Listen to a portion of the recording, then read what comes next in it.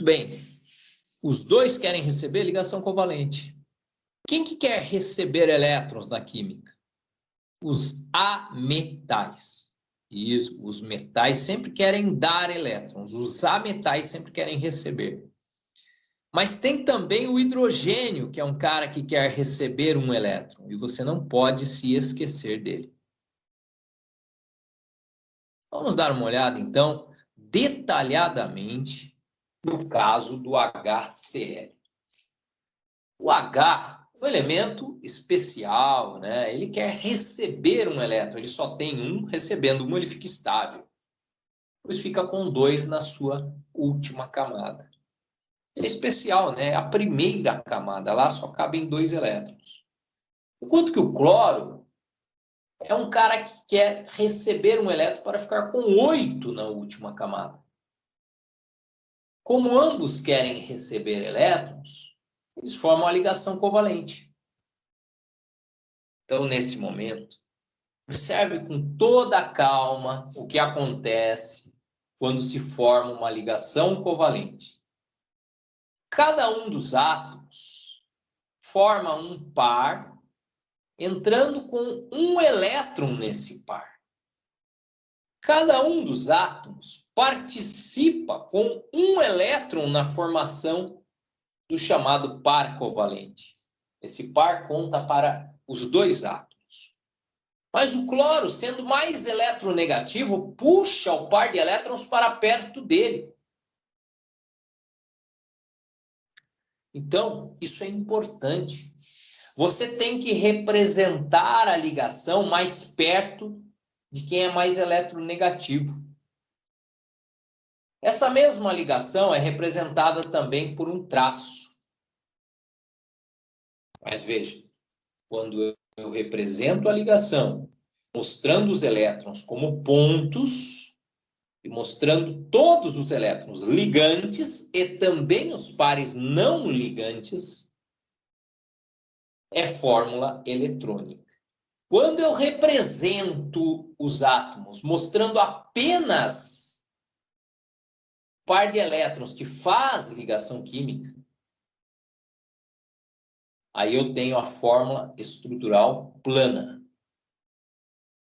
E quando eu mostro apenas os símbolos, colocando o mais eletronegativo por último, aí eu tenho a chamada fórmula molecular. Eu chamo isso de uma molécula polar. Por quê? Porque se eu olhar para a molécula, eu vejo que os elétrons estão sendo puxados mais para um lado da molécula que para o outro. Há uma distribuição desigual dos elétrons. Tem mais elétrons para a direita que para a esquerda. Onde falta elétrons, eu digo que eu tenho carga positiva. Onde eu tenho uma alta concentração de elétrons, uma maior concentração de elétrons, eu digo que eu tenho carga negativa. Então, formam-se 2 polos, o polo negativo e o polo positivo. Isso é o que eu chamo de uma molécula polar. Isso tem que ficar claro para você. Existem moléculas que são polares e existem moléculas que são apolares. Quando que uma molécula é apolar? Quando você tem 2 átomos iguais. Ninguém vai puxar o par de elétrons mais para o seu lado do que para o outro lado. É nesse caso que eu tenho moléculas apolares. Quando eu olho para a molécula como um todo e não vejo os elétrons mais para um lado do que para outro lado da molécula, a molécula é apolar. O HBr é mais um exemplo de uma substância molecular polar, onde os elétrons ficam mais para o lado do bromo, o que torna essa molécula polar. Veja o nome das fórmulas. Você tem a fórmula eletrônica, você tem a fórmula estrutural e a fórmula molecular. A geometria dessa molécula aqui é uma geometria linear, porque como só tem dois átomos, não é possível outra geometria que não seja uma linha. Portanto, essa é uma molécula de geometria linear. Se você observar, verá que o bromo, por ser mais eletronegativo, puxa o par de elétrons para perto de si. Por isso que eu digo que a ligação, que a única ligação que existe nesta molécula, é uma ligação polar. Outra coisa é eu dizer que a molécula como um todo é polar. Como ela só tem uma ligação, essa ligação define a polaridade da própria molécula. HBr é a fórmula molecular, a fórmula mais simples que representa esse composto. A geometria desse composto é uma geometria linear. Melhor dizendo, a geometria desta molécula é uma geometria linear. Por quê? Porque você só tem dois átomos. Não há outra maneira deles se posicionarem que não seja formando uma linha entre eles. Quando o hidrogênio encontra-se com o iodo, forma-se apenas uma ligação do tipo covalente. Essa única ligação satisfaz ambos os átomos. Cada átomo ficando com a quantidade de elétrons que desejava ficar. Essa ligação, ela fica no meio deles? Não. Ela fica puxada mais pelo iodo por ser mais eletronegativo. Por isso temos aqui uma ligação polar. Como essa molécula só tem uma ligação química, fica fácil de olhar a molécula como um todo e dizer essa molécula é polar. Mas são coisas diferentes. Uma coisa é dizer se uma única ligação é polar ou apolar. Outra coisa é dizer se a molécula como um todo é polar ou apolar. Eu tenho uma molécula polar, porque há um lado dela que puxa mais os elétrons. Geometria linear. Porque não há outra maneira desses átomos se posicionarem. Só há dois átomos. Eles formam entre si uma linha. Quando o hidrogênio encontra-se com o átomo de flúor, os dois querem receber um elétron.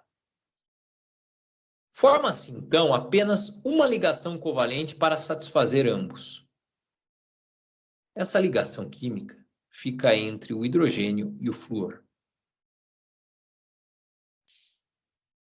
Assim, esses dois, ao fazerem essa ligação, satisfazem as suas necessidades. O hidrogênio fica com 2, o flúor fica com 8 elétrons na última camada. Mas repare que o flúor é bem mais eletronegativo, ele puxa o par de elétrons para o seu lado, formando o HF, que é um ácido chamado ácido fluorídrico, e que por coincidência, aliás, e que por incrível que pareça, não é um ácido forte, é um ácido moderado. Um ácido capaz de corroer vidro, é bem verdade que é perigoso, mas é considerado um ácido moderado. Pois o que faz um ácido ser forte é a sua capacidade de, uma vez suas moléculas estarem na água, as ligações se quebrarem. E o hidrogênio, se a ligação se quebra, veja que ele perderá seu elétron, pois está em desvantagem, e ele vira, então, uma espécie chamada H+.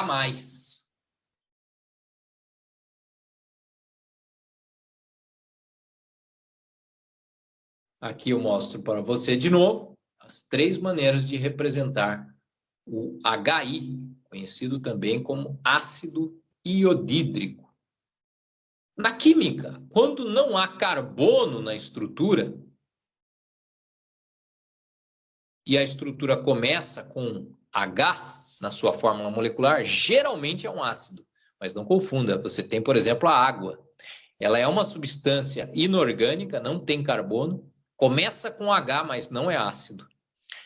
Geralmente, dizemos, começou com H é ácido na química inorgânica, tirando H2O e H2O2. Como se forma a molécula de água?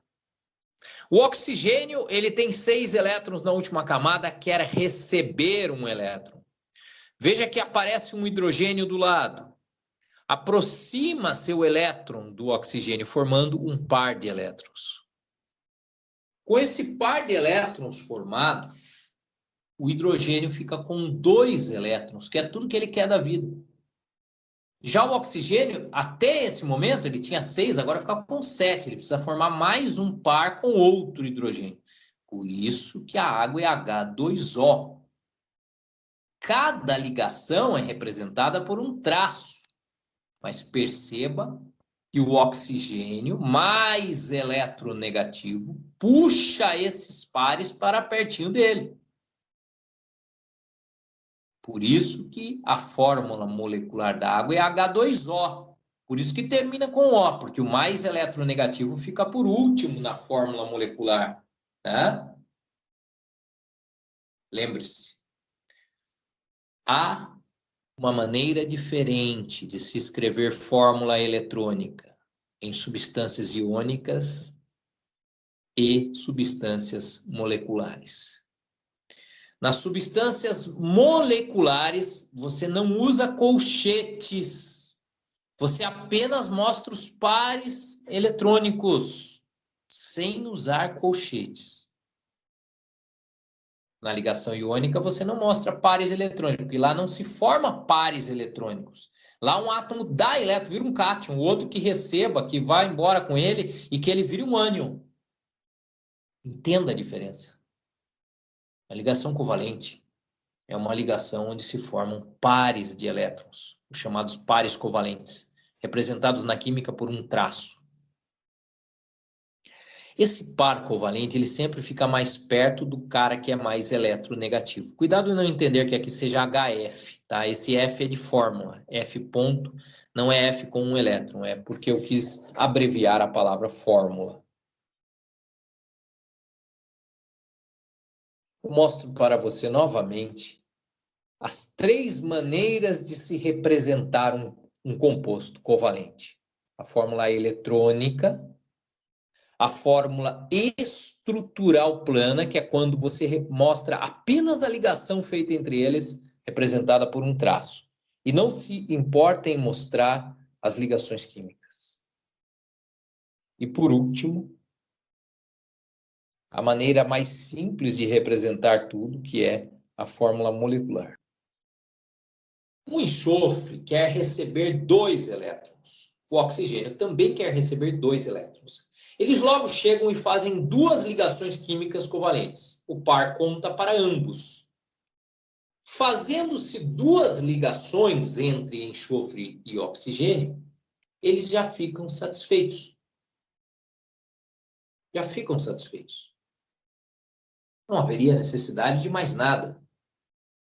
Foi dito para você, faça a fórmula do SO2. Se não fosse falado, você iria parar no SO. Mas o SO nem sequer existe na natureza. Quem existe é o SO2 e o SO3, inclusive. Você tem que ser avisado. Situações novas, situações especiais da química. Então vamos lá. Um outro oxigênio chega, mas o enxofre já está satisfeito. Lembre-se que o enxofre, além dos 2 elétrons que ele usou em ligação, ele tem mais 4. Esses 2 elétrons que eu aproximei aqui do oxigênio são todos do enxofre. Ele, já satisfeito, pega 2 elétrons dele e põe à disposição do oxigênio. Esse par de elétrons é um par covalente, como qualquer outro. Não pode jamais ser representado por uma flecha como era na década de 80. Olha quantos anos faz isso. Antigamente, esse tipo de ligação era considerada uma ligação dativa. Essa é a antiga ligação dativa. Antigamente era representada por uma flecha. Não se usa flecha para representar ligação covalente nenhuma. E a ligação, seja lá a maneira como ela for formada, ela deve ser chamada apenas de ligação covalente, que fique bem claro isso. Nós vemos que o átomo de oxigênio tem 4 pares de elétrons ao redor dele. Esses pares, eles se afastam como bexigas amarradas. Pense em 4 bexigas amarradas, elas se afastam formando uma pirâmide, um tetraedro. Só que aqui, veja, os pares de elétrons, eles formam uma pirâmide para se afastarem o máximo que podem. Mas se você olhar apenas para as ligações químicas, o que você vai ver? Vai ver um ângulo entre eles. E o oxigênio puxando o par de elétrons mais para o seu lado. Então, por isso que a molécula de água, assim como também o SO2, veja, se você pensar aqui, tem 3 nuvens de elétrons se afastando. Elas vão formar, nesse caso, um triângulo.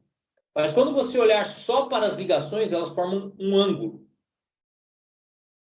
Tanto no caso da água, como no caso do SO2, haverá uma região da molécula com mais elétrons do que a outra. E por isso, tanto a água como o SO2 são consideradas substâncias polares, são formadas por moléculas polares. Existe uma maneira de se representar ligações que estão para trás do plano e para frente do plano. Vamos tentar uma representação aqui. O nitrogênio, por exemplo, quando ele faz ligação com o hidrogênio, formando a amônia, 3 átomos de hidrogênio fazem ligações com ele. Ele precisa receber 3 elétrons.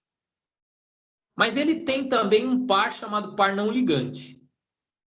Essas ligações se afastam formando uma pirâmide, o chamado tetraedro, onde o nitrogênio está no centro da pirâmide. E quando eu olho apenas as ligações com os hidrogênios, eu vejo o quê? Vejo um formato piramidal. E aí eu digo que a amônia, a molécula de amônia, tem um formato piramidal. O nitrogênio, que está no topo da pirâmide, puxa os elétrons para pertinho dele. Então, a base da pirâmide fica positiva e o topo da pirâmide fica negativo. A amônia, portanto, é uma molécula polar. Assim encerramos esta aula, sempre deixando como referência o livro Química Inorgânica Não Tão Concisa, J. Deli.